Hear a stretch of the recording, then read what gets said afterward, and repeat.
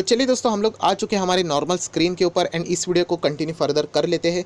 तो मैं बात कर रहा हूँ यहाँ पे बहुत बड़ा दिग्गज स्टॉक जो कि है टाटा ग्रुप से जुड़ा हुआ एंड उसका नाम है टाटा मोटर्स। यस दोस्तों, टाटा मोटर्स कंपनी बहुत बड़ी है, कोई डाउट नहीं है। बट आप सभी लोगों को पता है कि एक्सटर्नल इश्यूज भी रहते हैं। आपका बिजनेस कितना भी अच्छा क्यों ना हो, कुछ ना कुछ ऐसी चीज़ें होती रहती है जो कि कंपनीज के हाथ में नहीं रहती है एंड उसके बाद कंपनीज यहाँ पे पिटते हुए देखने को मिल रही है। अप्रॉक्सीमेटली जैसे मैंने कहा कि 80 रुपये के आसपास ये स्टॉक चल रहा है एंड अगर मैं आपको इसका चार्ट पैटर्न दिखा दूँ 5 साल का, तो लगभग 500 भी नहीं, 600 रुपये के आसपास ये स्टॉक चलता था। आप लोग यहाँ पे देख सकते हो 600 के आसपास, नियर बाई 600 ये स्टॉक हम लोगों को ट्रेड करते हुए देखने को मिल रहा था। बट उसके बाद लगातार आप देख सकते हो कैसी स्लाइड यहाँ पे नीचे जा रही है एंड आज ये स्टॉक हम लोगों को 80 रुपये पे देखने को मिल रहा है। सो दोस्तों, जो हमेशा मैं आप लोगों को सिखाता हूँ, जो स्टॉक टॉप से इतना गिरा है उसका परसेंटेज कितना है, तो अप्रॉक्सीमेटली 85% से भी ज़्यादा का गिरावट ये स्टॉक ने अपने ऑल टाइम हाई से यहाँ पे दिखाया हुआ है। सो एक बहुत ही बड़ी चिंता का विषय है। सो यही बहुत सारे लोग पूछ रहे थे कि क्या इसमें निवेश करना चाहिए, तो इसी का आंसर मैं आप लोगों को यहाँ पे देने के लिए आया हूँ। क्योंकि टाटा मोटर से रिलेटेड कुछ हम लोगों को अच्छी खासी न्यूज़ भी थोड़ी बहुत सुनने को आ रही है, जो कि मैं आप लोगों को दिखाना चाहूँगा। टाटा मोटर्स की न्यूज़ आज ही के दिन की है, 3 आवर्स अगो आप लोग देख सकते हैं। The Tata motor plan to raise ₹1000 crore by the NCDs. So इसका लेटर भी मैं आप लोगों को ऑफिशियली वेबसाइट के ऊपर दिखा। तो आप लोग यहाँ पे देख सकते हैं, ये है टाटा मोटर्स का लेटर जो कि बीएससी के ऑफिशियल वेबसाइट पे आप जाके चेकआउट कर सकते हो। एंड उन्होंने सेम चीज़ यहाँ पे बताई है कि यहाँ पे वो 1000 करोड़ रेज करने की बात करें वाया द एनसीडीज। आप देख सकते हैं नॉन कन्वर्टेबल डिबेंचर से रिलेटेड ये सारी चीज़ें वो प्लान आउट कर रहे हैं। सो न्यूज़ तो फिलहाल सुनने के लिए अच्छी तो लग रही है, बट हम लोगों ने जैसे कहा है कि इसका अर्थ ये नहीं होता कि स्टॉक में हम लोगों ने निवेश करना चाहिए या नहीं। क्योंकि अगर स्टॉक में निवेश करना है तो बहुत सारी चीज़ों को हम लोगों ने चेक करना होता है। जैसे कि अभी की फ़िलहाल की सिचुएशन आप सभी लोगों को पता है, लॉकडाउन की स्थिति में है, कोरोना वायरस बढ़ते चला जा रहा है। ऐसा लग ही नहीं रहा है कि लॉकडाउन कब जल्द ख़त्म हो सके, ऐसे कोई आशा की किरण भी नज़र नहीं आ रही है। सो जितना ये चीज़ें स्ट्रेच होगा, आप सभी लोगों को पता है कि टाटा मोटर्स किस में आती है, तो लग्जरी चीज़ों में आती है। गाड़ियाँ खरीदने की कोई नेसेसिटीज़ नहीं है। जैसे कि मैंने आप लोगों को बताया था कि एफएमसीजी सेक्टर, खाने पीने की चीज़ें, फार्मा सेक्टर, मेडिसिन, ये सारी चीज़ें कुछ भी हो जाए, वॉर हो जाए, लॉकडाउन हो जाए, आगे भी कुछ चीज़ें हो या ना हो, ये हमेशा आप लोगों को चलती हुई देखने को मिलेगी। क्योंकि वो इसेंशियल से उनकी ज़रूरतें हम लोगों को पड़ती है, चाहे कुछ भी हो जाए। सो ऐसी ही अगर हम लोग बात करें टाटा मोटर्स की, ये तो ऑटो सेक्टर में आने वाला है एंड ऑटो सेक्टर तो लग्जरियस यूनिट को माना जाता है। सो अगर आप लोगों को पैसा दिया जाए एंड आप लोगों को सबसे पहले प्रेफरेंस दिया जाए, तो आप खाने पीने की एंड मेडिसिन के और बढ़ोगे, ना कि लग्जरीज चीज़ के ऊपर। तो ये चीज़ आप लोगों ने यहाँ पे ज़रूर नोट डाउन करनी चाहिए कि सिर्फ प्राइस 84 का 100 जाएगा, 150 जाएगा, तो ऐसा नहीं सोचना है। आपको लंबी दूरी की बात सोचनी है। एंड फिलहाल की सिचुएशन को देख के ऑटो सेक्टर हम लोग को बहुत ही ज़्यादा प्रेशर में देखने को मिल रहा है। उसी के साथ साथ अगर मैं टाटा मोटर्स की बात करूँ, जो आप लोग पूछ रहे थे कि कोरोना वायरस तो अभी है, अगर मैं आप लोगों को इसका 1 साल का भी चार्ट पैटर्न दिखा दूँ, 1 साल का चार्ट पैटर्न मैं ओपन करूँगा।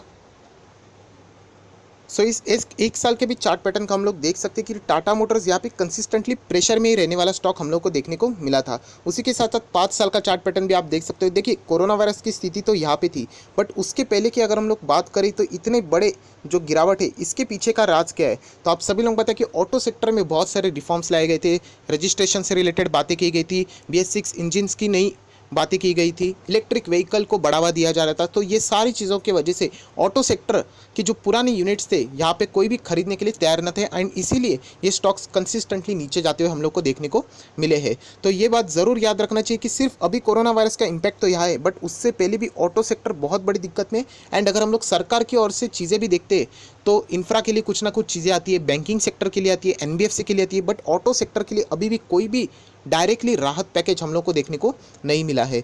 तो इसी के कारण ऑटो सेक्टर कंसिस्टेंटली पिटते हुए हम लोग को देखने को मिला है। उसी के साथ साथ अगर हम लोग बात करें टाटा मोटर्स की ही, तो आप सभी लोगों को पता है JLR, Jaguar and Land rover, ये है उनकी सबसे बड़ी यूनिट। मतलब यहाँ से सबसे ज़्यादा पैसा आता है, हम लोग ऐसे भी बोल सकते हैं। बहुत ही लग्जरियस गाड़ी होती है, 60 लाख, 1 करोड़, इतनी महंगी महंगी गाड़ियाँ रहती है। एंड इनका बिग मार्केट था चाइना। यस दोस्तों, चाइना में सबसे ज़्यादा इनकी डिमांड थी, यूरोपियन कंट्रीज़ में भी बहुत ही ज़्यादा इनकी डिमांड थी। बट आप सभी लोगों को पता है कि कोरोना वायरस की शुरुआत कहाँ पे हुई, चाइना में। सो जैसे ये चीज़ें स्टार्ट हुई चाइना में, आप सभी लोगों को पता है इनकी सेल्स 85% तक हम लोग को डाउन देखने को मिली, 85% तक। आप लोग यहाँ पे देख सकते हो,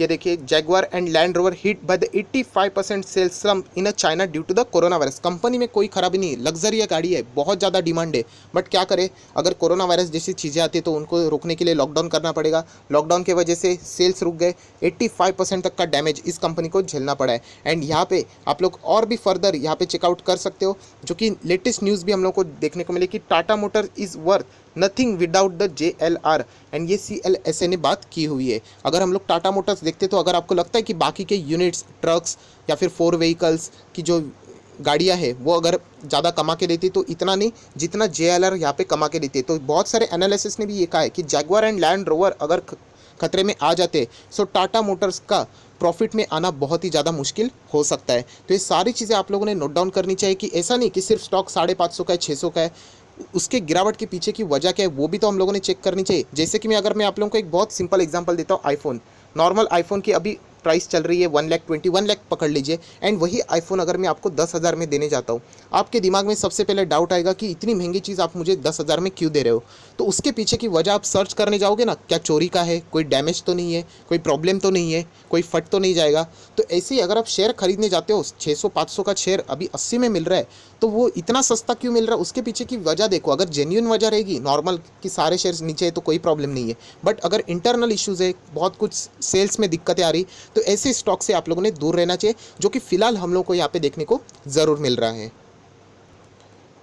एंड उसी के साथ साथ एक इंपॉर्टेंट बात, जैसे कि बहुत सारे लोगों को एक गलत फहमियाँ होती है कि बड़ा ब्रांड है मतलब अच्छी ही कंपनी रहेगी। देखिए, टाटा ब्रांड बहुत बड़ा है, टाटा नमक बहुत अच्छा है, TCS टाटा कंसल्टेंसी सर्विसेज बहुत बड़ी कंपनी, बट इसका अर्थ ये नहीं कि हर एक टाटा का जो बिजनेस है उसमें आप पैसा लगाओगे तो आप प्रॉफिट ही कमा पाओगे।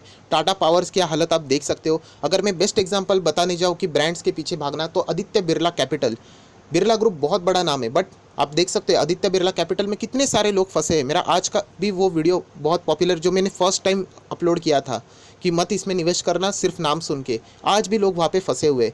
तो ऐसा नहीं कि बड़ा नाम सुन लिया तो उसमें निवेश करें। अगर मैं बात करूँ वोडाफोन आइडिया, आइडिया किसकी कंपनी है? बिरला ग्रुप की कंपनी है, उसकी हालत देख लेना। तो ऐसा नहीं कि डायरेक्टली निवेश करना कि टाटा ग्रुप है मतलब अच्छा ही होगा।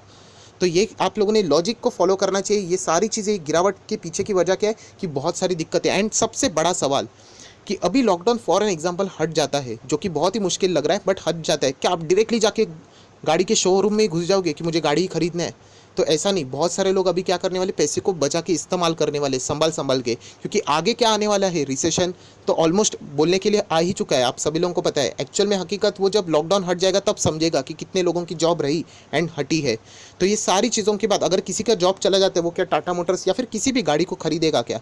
ये लॉजिक आप लोगों ने इस्तेमाल करना चाहिए, ना कि सिर्फ शेयर प्राइस 80 पे मिल रहा है, 550 का, 600 का, इसीलिए उसमें एंटर करना चाहिए।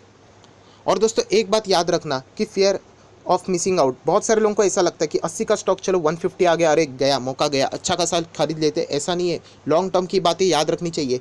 ऐसा बहुत बार हो चुका है कि टाटा मोटर्स बहुत हाई लेवल पे गया, 200 लेवल पे, एंड वापस 102 डिजिट पे आ चुका है। सो मेरा ओवरऑल कंक्लूजन बताने का यही है दोस्तों कि कंपनी के फाइनेंशियल्स भी अगर आप देखोगे तो इतने ज़्यादा इंप्रेसिव है ही नहीं। हम लोग को यहाँ पे यूजुअली रेवेन्यू भी डिक्लाइन ही होते हुए देखने को मिल रहा है। एंड ऑटो सेक्टर आप सभी लोगों को पता है कि किस दिक्कतों के साथ जा रहा है, कोई भी राहत पैकेज ऑटो सेक्टर के लिए स्पेसिफिकली देखने को नहीं मिल रहा है। आगे भी बहुत सारी दिक्कतें हो सकती है। एंड उसी के साथ साथ अगर मैं बात करूँ टाटा मोटर्स की बैलेंस शीट, उसको भी एक बार चेक कर लेना कि अगर रिजर्व्स तो बहुत बढ़िया है कंपनी के पास, कोई डाउट नहीं, 21,000 करोड़ के रिजर्व्स है, बट कंपनी का कर्जा भी देख लेना, लगभग 16,000 का कर्जा अभी 17,500 करोड़ का हो चुका है। सो जितना कर्जा बढ़ेगा उतना भी कंपनी के ऊपर खतरा भी बढ़ता ही चला जाएगा। सो ऐसे बिजनेस में अगर आप लोग पैसा अभी के सिचुएशन में लगाने जाओगे तो मुझे ऐसा लगता है कि आप लोग बहुत ही रिस्की पैटर्न को यहाँ पे फॉलो करने जा रहे हो, जिसका खामियाजा आप लोगों को फ्यूचर में भुगताने के लिए पड़ सकता है। मैं एक बार क्लियर करना चाहता हूँ, इससे पहले भी मैंने कहा था कि जो लोग रिस्क लेना पसंद करते हैं उनके लिए टाटा मोटर्स, मदरसन सुमी, ये कंपनी बिल्कुल सही कंपनी है जो रिस्क लेना चाहते हैं। बट जो लोग रिस्क लेना डरते हैं, जिनके पास लिमिटेड पूंजी है, बहुत ही कम पूंजी है, तो ऐसे लोगों ने ऐसे स्टॉक में नहीं गिरना चाहिए जहाँ पे आगे भी लॉकडाउन के बाद एक क्वेश्चन मार्क रहने वाला है। सो इन सारी चीज़ों को अगर आप स्टडी करोगे तो आपको खुद ब खुद अभी दिल से आवाज़ आएगी कि क्या आप लोगों ने ऐसे स्टॉक में निवेश करना चाहिए या नहीं। सो वीडियो को क्लोज करने से पहले और एक इंपॉर्टेंट पॉइंट दिखाना चाहूँगा, जैसे कि हुई टाटा मोटर्स के प्रोडक्ट्स। यहाँ पे ऑटोमोबाइल से, स्पोर्ट्स कार है, कमर्शियल व्हीकल से, बसेस है, बट अगर हम लोग यहाँ पे देखते हैं कि अच्छे अच्छे कॉम्पिटिटर्स टाटा मोटर्स को यहाँ पे मिल रहे हैं। अगर मैं बस की बात करूँ तो अशोक लेलैंड बहुत बड़ा लीडिंग कंपनी है बस से रिलेटेड। अगर मिलिट्री व्हीकल्स की भी बात करें तो बीच में अशोक लेलैंड ने एक अच्छा खासा टेंडर भी हासिल किया था टाटा मोटर्स से। तो ऐसी सारी चीज़ें हम लोग को यहाँ पे देखने को मिल रहा है। ऑटोमोबाइल सेक्टर में तो आप सभी लोगों को पता है कॉम्पिटिशन बहुत ही ज़्यादा है, मारुति बहुत लीडिंग बड़ी कंपनी है। तो ऐसी सिचुएशन में यही कहना चाहूँगा कि अगर आप इस कंपनी को सिलेक्ट करना चाहते हो तो बहुत ही बड़ा रिस्की पैटर्न में आप लोग निवेश करने यहाँ पे जा रहे हो। सो फाइनल कंक्लूजन यहाँ पे करें तो क्या करें। तो सबसे पहली बात मैं आप लोगों को बताना चाहता हूँ, अगर आपके पास ऑलरेडी ये शेयर है एंड अगर आपने अभी तक होल्ड किया तो मुझे लगता है कि आप आगे भी होल्ड ही करोगे, तो आप लोगों ने होल्ड ही रखना चाहिए। अगर मैं बात करूँ फ्रेश बाइंग की, तो यहाँ पे फ्रेश बाइंग के लिए मैं तो यहाँ पे मना करूँगा। जो लोग रिस्क लेना चाहते हैं उनको मैंने ज़रूर, जब ये स्टॉक 60-70 पे आया था तभी मैंने कहा था, बट किसके लिए, रिस्क वालों के लिए। कंपनी खराब नहीं है, वापस बताना चाहता हूँ, बट सिचुएशन ही ऐसी हो गई कि करे तो क्या करे, अभी बंद करना पड़ रहा है। कंपनी अच्छी खासी तो थी, इसीलिए तो चल रही थी बहुत ज़बरदस्त, बट कोरोना वायरस आप देख सकते हो। मैं आपको दिखाना चाहूँगा 1 साल का चार्ट पैटर्न। कंपनी ने रिकवरी देखी, अच्छा खासा किया था, कंपनी बहुत अच्छा खासा आ चुकी थी, 200 तक आ चुकी थी, बट कोरोना वायरस जैसे ही सामने आया आप देख सकते हो कि कितना ज़बरदस्त फटका इस कंपनी को यहाँ पे लगा है। सो लॉकडाउन के बाद भी ऑटो सेक्टर को रिकवर होने के लिए टाइम लग सकता है, एंड इसीलिए टाटा मोटर्स एटलीस्ट अगर ये डेट फ्री होती तो हम लोग कह सकते कि चलो थोड़ा बहुत तो यहाँ पे निवेश करें, बट यहाँ पे निवेश करना खतरे से खाली बिल्कुल भी नहीं है।